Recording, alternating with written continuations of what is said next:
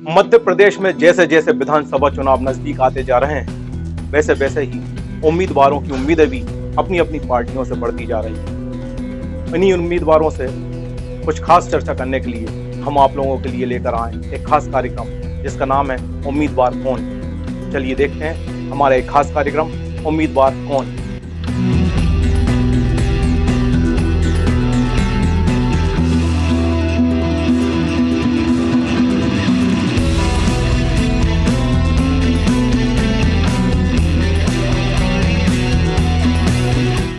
आज के हमारे खास मेहमान हैं सिरोंज लचेरी विधानसभा से भारतीय जनता पार्टी के उम्मीदवार चंद्रशेखर रघुवंशी। आइए इनसे रूबरू होते हैं हमारे सिरोंज संवाददाता जितेंद्र जैन के साथ।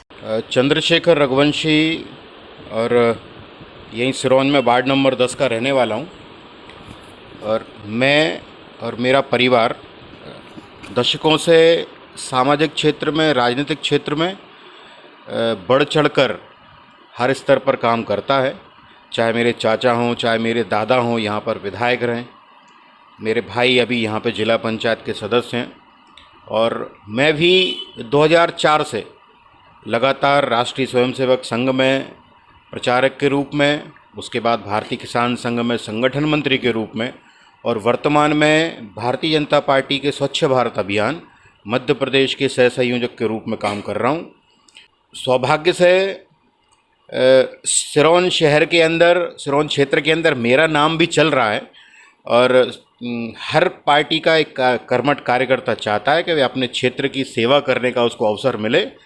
तो उसी अपेक्षा के साथ मैं भी पार्टी से, संगठन से अपेक्षा करता हूं कि यदि मुझे सिरोंज विधानसभा की सेवा करने का अवसर मिलेगा तो पूरी तरह, जैसे हमारे परिवार ने आज तक दशकों से बेदाग छवि के साथ इस क्षेत्र के लोगों की तन मन धन से सहयोग किया है, वैसे ही मैं भी करने का प्रयास करूंगा। आपसे मेरा पहला सवाल ये रहेगा, सिरोंज भारतीय जनता पार्टी की एक समझ लें कि पुश्तैनी सीट रही है कि अधिकांश भारतीय जनता पार्टी उस पर जीती है। पिछली बार उमाकांत शर्मा जो कि भारी बहुमत से यहाँ पर जीते थे, तो क्या लगता है आपको कि पार्टी उनको टिकट न देकर आपको टिकट दें? क्यों आप पर विश्वास जताए? हर बार की चुनावी परिस्थितियाँ अलग होती हैं। पिछले बार चुनाव वो भारी बहुमत से जीते हैं, उसके पहले भी चुनाव के परिणाम कुछ थे यहाँ पर। और पिछले बार चुनाव की परिस्थितियाँ क्या थीं वो यहाँ का गांव-गांव का कार्यकर्ता जानता है। मुझे लगता है ये भारतीय जनता पार्टी से ज़्यादा राष्ट्रीय स्वयंसेवक संघ की सीट मानी जाती है प्रारंभ से ही। और यहाँ के लोगों का कहना भी है कि यहाँ पर राष्ट्रीय स्वयंसेवक संघ एवं उसके सारे संगठन बड़ी मजबूत स्थिति में हैं, इसलिए उसके हिसाब से ही यहाँ पर टिकट चयन भी होता है। और जो वर्षों से यहाँ की आम जनता, आम जनमानस के मन में रहा भी है। पिछले 5 वर्ष पहले की परिस्थितियाँ क्या थीं, मतदाता जब मतदान करने जा रहा था तब उसके मन में क्या था, और उस 5 वर्ष के बाद आज मतदाता मतदान करने जाएगा तो उसके मन में किस प्रकार के भाव होंगे। और परिवर्तनशील, देखिए सृष्टि परिवर्तनशील है। आज से पहले आप ना दुकान चलाते थे, ना आप माइक पकड़ते थे, आपका परिवार, आपके बड़े बुजुर्ग लोग ये सब चीज़ करते थे। आज हम सब लोग सेल्फ हैं, हम लोगों ने ये सब काम संभाल लिए हैं। ऐसे ही राजनीति एक परिवार है, और उस परिवार के अंदर मुझे लगता है कि आने वाली जो युवा पीढ़ी है, और उस युवा पीढ़ी को भी इस परिवार का काम संभालने की जिम्मेदारी मिलना चाहिए। इसमें कोई अन्यथा ना ले कि हम टिकट के दावेदार हैं तो किसी के विरोधी हो गए।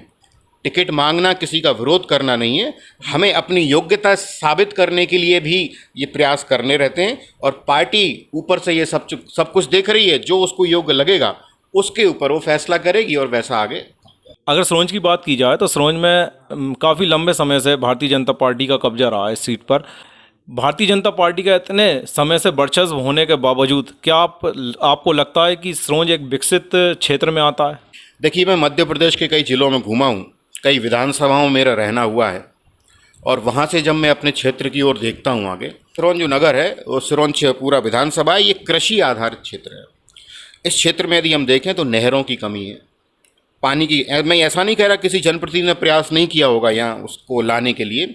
स्वास्थ्य की जो वास्तव में यहाँ से हमारे चाहे जिला केंद्र हो उसकी दूरी है, राजधानी केंद्र की दूरी है, स्वास्थ्य की जिस प्रकार की सुविधा यहाँ होनी चाहिए वह और भी अच्छी हो सकती थी। मैं ये नहीं कह रहा कि यहाँ प्रयास नहीं हुए होंगे, प्रयास हुए होंगे, लेकिन सफलता नहीं पा पाए हम।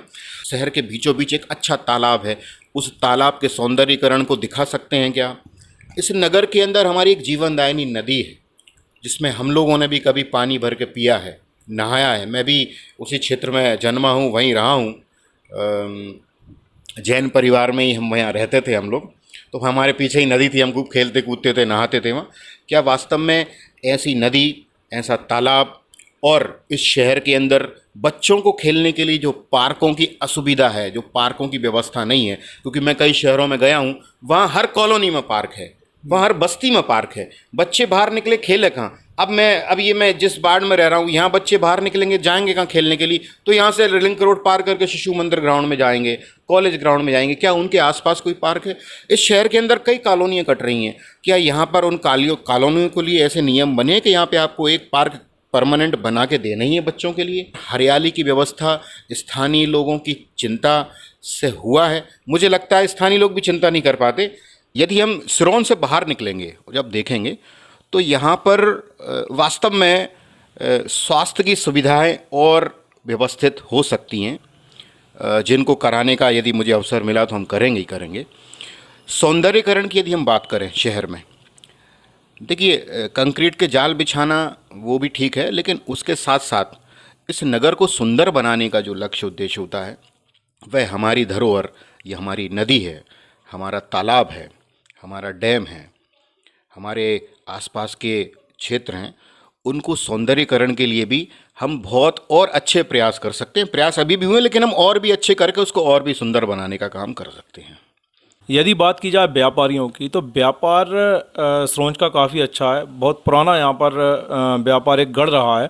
तो व्यापार के सुधार में, व्यापारियों के हित में आप क्या काम करेंगे? यहाँ पर जो बेरोजगारी है उसको दूर करने के लिए आप क्या काम करेंगे? उसके लिए ग्रामीण क्षेत्र में जो हमारा सिरौंज विधानसभा, लटेरी, ये सब लोग ग्रामीण क्षेत्र से जुड़े हैं, और गांव के अंदर लघु उद्योग धंधे, जैसे गांव में आपने जैसे मैं क्षेत्रों में घूमा हूँ, शाजापुर विशेषकर मैंने देखा है, उज्जैन जिला देखा है, वहाँ गांव के अंदर आंवले के बड़े बड़े बागान हैं, बगीचे हैं। अब आंवले के बगीचे हैं तो किसान क्या कर रहा है, उन आंवलों को तोड़कर उनका अचार निर्माण करके ही पैकिंग करके भेज रहा है।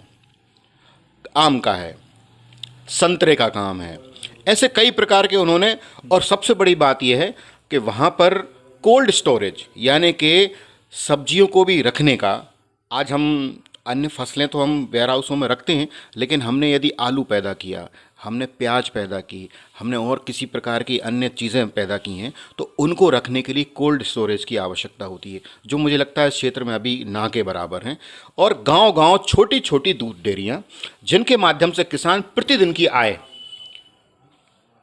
करके एक छोटा सा, उसको भी एक वो रोजगार कहते हैं हम, उस रोजगार के माध्यम से वह अपना जीवन यापन कर सकता है। और सबसे बड़ी बात यह है कि यहाँ वास्तव में व्यापारियों के लिए अगर सुविधाएं बढ़ाना है तो सबसे बड़ी मांग यहाँ पर जो रेलवे लाइन की है, वह जिस दिन पूर्ण होगी, हमारा शहर, हमारा व्यापारी, हमारे हर वर्ग को इतना लाभ मिलेगा जितनी आप कल्पना भी नहीं कर सकते। क्या सिरोंज को जिला बनना चाहिए, और क्या अड़चनें अभी तक आई हैं सिरोंज को जिला बनने में?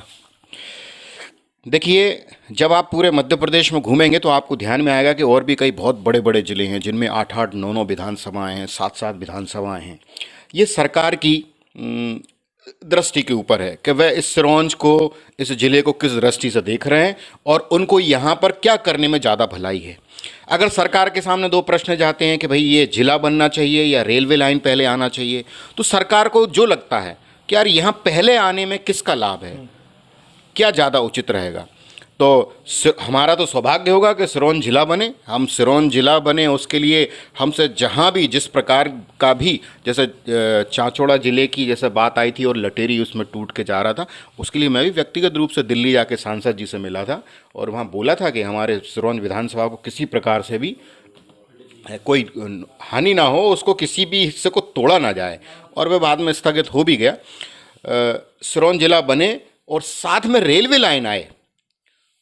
केवल जिला बनने से मुझे लगता है आप और मेरा उससे ज़्यादा अगर लाभ कहीं होगा तो वो रेलवे लाइन से होगा, चाहे वो कृषि के क्षेत्र में हो, दूसरे राज्यों में हमारी जो फसलें हैं उनका आयात निर्यात करने की बात हो, व्यापारियों के क्षेत्र में हो, किसी भी राज्य में कहीं भी आने जाने की सुविधाएं हों, वह सहज रूप से हमें उपलब्ध होंगी और जिला बनेगा वह तो बहुत अच्छा ही रहेगा यहाँ के लिए। विधानसभा में सुधार और विकास के लिए आप क्या कार्य करेंगे? देखिए, उसके लिए दृष्टि की आवश्यकता होती है कि आपकी दृष्टि कैसी है, आपकी शहर के प्रति। मुझे लगता है कि मैं आपसे कोई बहुत अच्छी बात बोलूँगा कि आपने ये करना चाहिए, नहीं करना चाहिए, तो वो आप सुन लेंगे, समझ लेंगे। लेकिन जब मैं आपको स्वयं यहाँ से लेके उस क्षेत्र में लेके जाऊँगा कि यहाँ ऐसा हो रहा है, यहाँ ये हुआ है। मैंने कई शहरों में, विशेषकर मैं अभी हरदा की बात करूँ तो हरदा शहर में मैं रहा हूँ कई वर्ष। हरदा शहर के अंदर मैंने देखा है, वहाँ की नदी है, उस नदी में नाव चलती हैं, बोट चलती हैं। वहाँ पर लगभग 55 पार्क हैं एक शहर के अंदर, जो हमारे शहर के बराबर ही है, वो भी 55 पार्क बने हुए हैं। वहाँ पर सड़कों की सफाई करने के लिए मशीनें हैं, झाड़ू नहीं मशीनें हैं, जो मशीनें बड़े बड़े शहरों में उपलब्ध होती हैं। वहाँ पर आप कल्पना नहीं कर सकते कि वहाँ पर एक भी नाली ओपन नहीं है। ओपन सारी नालियाँ ढक्कनों से कवर्ड हैं। उस पूरे शहर के अंदर एक भी सूअर नहीं है, वह सूअर मुक्त शहर है। यानी कल्पना, हाँ, उस शहर के अंदर और भी हम देखें तो बड़ा स्टेडियम है, स्टेडियम के आसपास बड़ा मार्केट बनाया गया। उसी स्टेडियम में युवाओं को प्रेरणा देने के लिए, युवाओं को आगे बढ़ाने के लिए वहाँ पर अच्छे कंपटीशन, वहाँ पर संस्थाएं इस प्रकार की, कोई मैदान उपलब्ध हो गया तो वह करा रहे हैं। तो मुझे लगता है कि करने के लिए बहुत संभावनाएं हैं। बस व्यक्ति उस मन का, खुले विचार का और घूमने फिरने वाला आदमी होगा तो वो जो दूसरी जगह देख रहा है वो अपने क्षेत्र में भी कर सकता है। जातिगत वोट बैंक की, तो आप जिस समाज से आते हैं उसका जातिगत वोट बैंक यहाँ पर कम है, तो क्या आपको लगता है कि कहीं ना कहीं आपका जो जातिगत वोट बैंक है वो आपके रिजल्ट को प्रभावित करेगा? देखिए, ये बहुत अच्छा प्रश्न है आपका। ये जातिगत समीकरण कांग्रेस में चलते हैं। भारतीय जनता पार्टी कार्यकर्ता आधारित पार्टी है। मैंने विदिशा जिले के अंदर सरदार गुरुचरण सिंह जी, स्वर्गीय बाबूजी, उनको टिकट 32,000 से जीतते देखा है। उनके घर के वहाँ कितने वोट थे? 50 वोट, 100 वोट, 200 वोट। और एक जाति का व्यक्ति उनके सामने खड़ा है, उसके वहाँ हजारों वोट थे। यानी ये भाजपा कार्यकर्ता आधारित पार्टी है। मेरे दादाजी आज से 30 वर्ष पहले यहाँ 17,000 वोट से जीते हैं, वह भी मेरी जाति के थे। उनसे पहले भी, मतलब यहाँ से 3 बार रघुवंशी विधायक रह चुके हैं। हमारा संगठन, हमारे कार्यकर्ता ये किसी भी प्रकार से किसी भी जाति का आकलन करके वोटिंग नहीं करते। यह केवल योग्यता के आधार पर पार्टी टिकट चयन करती है और योग्यता के आधार पर ही यहाँ का मतदाता, यहाँ का समाज वह वोट करता है। बस हमारा जो प्रत्याशी है वह बेदाग होना चाहिए, निर्विवाद होना चाहिए, व्यवहारिक होना चाहिए और समझ उसकी पूर्णतः विकसित होना चाहिए। वह हमारे क्षेत्र के लिए प्रतिनिधि बन रहा है, ना कि हमसे रिश्तेदारी करने के लिए आ रहा है। ये एक बड़ी बात है। बचपन से आप यहाँ रह रहे हैं, आपने अभी तक सिरोंज लटेरी विधानसभा क्षेत्र के लिए क्या किया है और आपकी क्या ताकत है, क्यों आपको पार्टी टिकट दे? देखिए, मेरा जन्म, मेरी पढ़ाई लिखाई सब यहीं हुई। उसके बाद मैं 14 वर्ष के लिए बाहर संगठन में प्रचारक के रूप में, संगठन के रूप में गया। और उस कार्यकाल में मेरी, अगर मैं ताकत बोलूं तो मेरे चाचा यहाँ जनपद उपाध्यक्ष रहे, उन्होंने क्षेत्र में काफ़ी काम किए। मेरे दादाजी यहाँ पर विधायक रहे, उन्हें क्षेत्र में काफ़ी काम किए। और मेरी और भी अगर बड़ी ताकत मानूं तो मेरे जो बड़े भाई हैं भगत सिंह रघुवंशी, वो यहाँ वर्षों से पार्षद भी रहे और अभी जिला पंचायत के सदस्य भी हैं।